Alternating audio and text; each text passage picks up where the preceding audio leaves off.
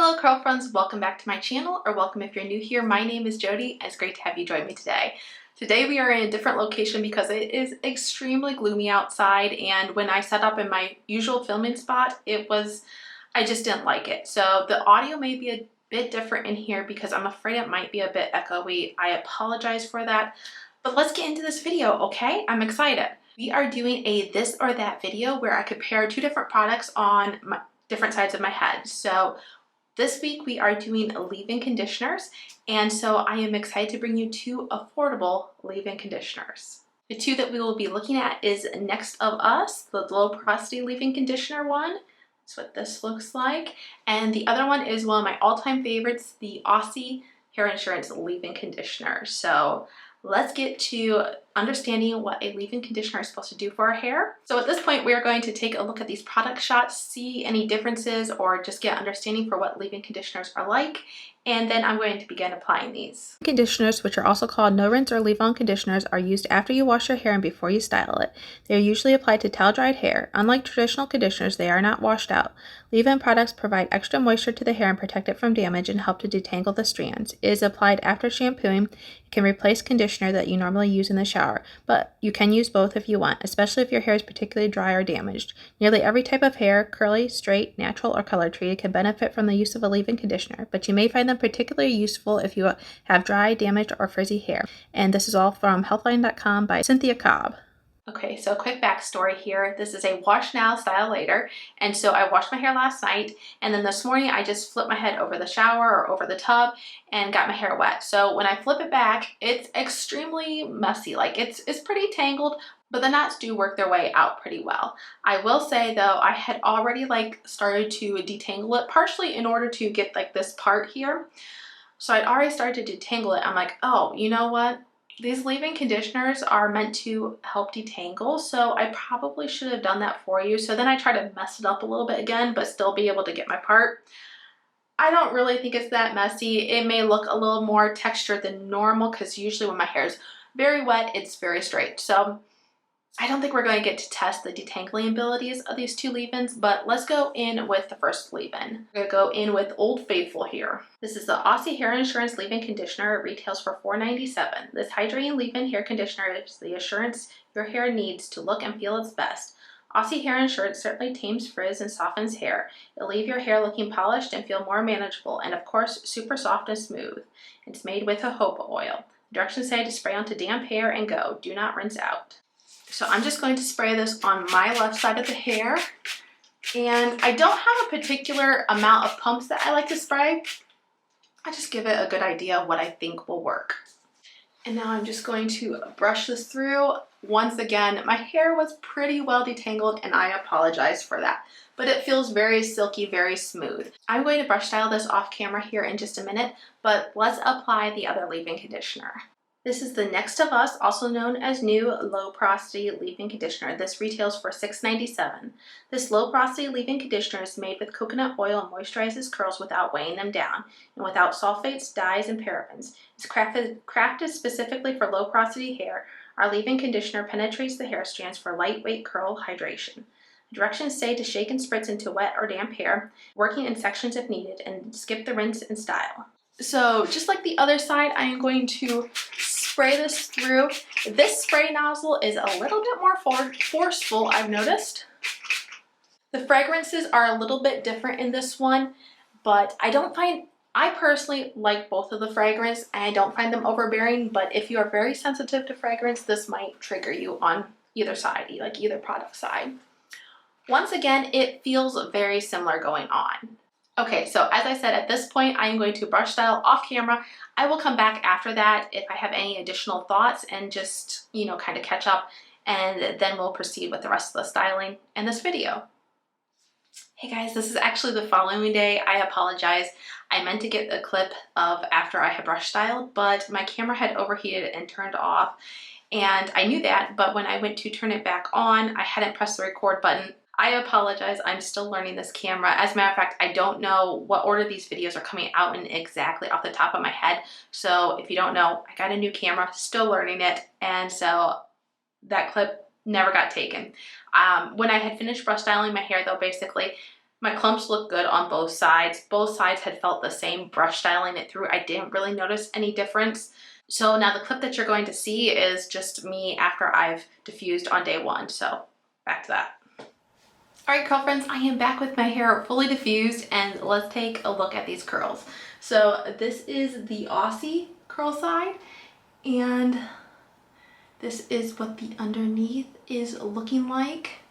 And this is the Next of Us. And once again, what the underneath is looking like. So let me get into my thoughts here a little bit.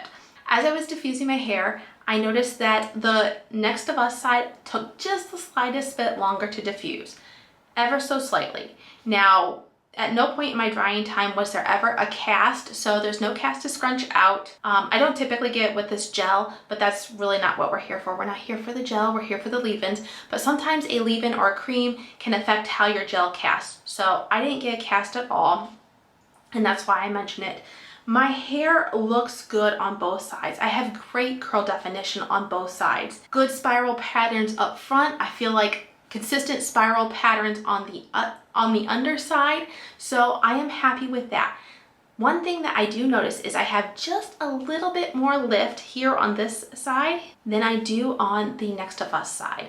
Ever so slightly. That and combined with what I said earlier, that the Next of Us side took just a little bit longer to dry, I believe that this leave-in conditioner is possibly just a little bit heavier. Oh, I see a big curl chunk here. I need to separate. Okay, easily distracted. Sorry about that. Actually, I think it looked better when it was together. Oops. As far as how they feel right now, I think they both feel about the same. Like both sides feel moisturized, both sides feel conditioned. So I don't notice one feeling more dry than the other.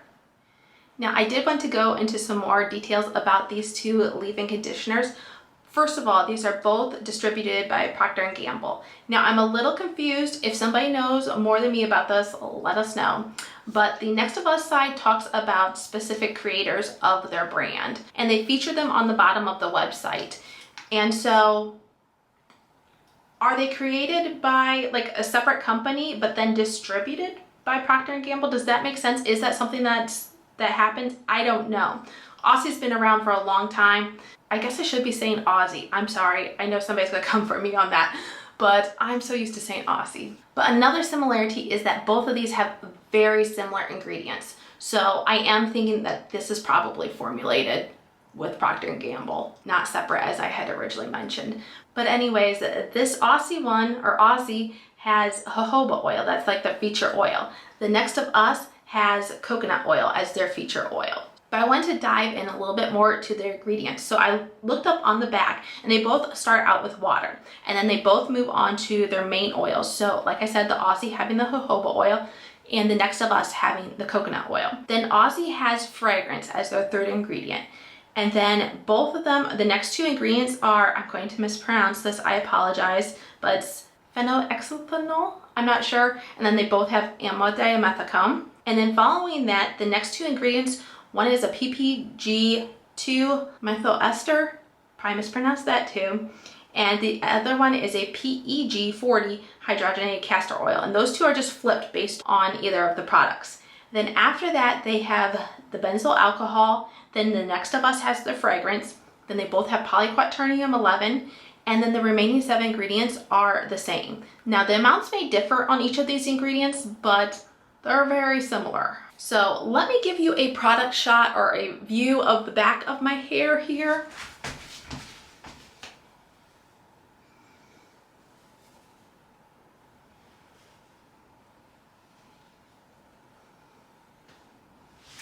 And at this point, I think we are just going to check back on day 2 to see how these are holding up as far as if they give me any longevity on curl definition. I more expect that to be due to the gel, but I want to see how they are holding up for the moisture. Based on my experience so far, the Aussie tends to be a little bit lighter and the Next of Us tends to be just a slight bit heavier. Not by much, but let's see how they hold up into day 2. All right, girlfriends, this is day 2 hair using the 2 leave-in conditioners, the 2 affordable ones. I have the Aussie on this side and I have the new Next of Us on this side. So let me know what you think. Do you have a preference? Let's give you a close up. I apologize. Where are my manners? I will say I put this hair through the ringer yesterday. So it has held up very well. I'm very pleased, but that's not really what like a leave-in conditioner does. So main reason why I went to check back was just to see how my hair was feeling today. And my hair feels the same on both sides. Really, it does.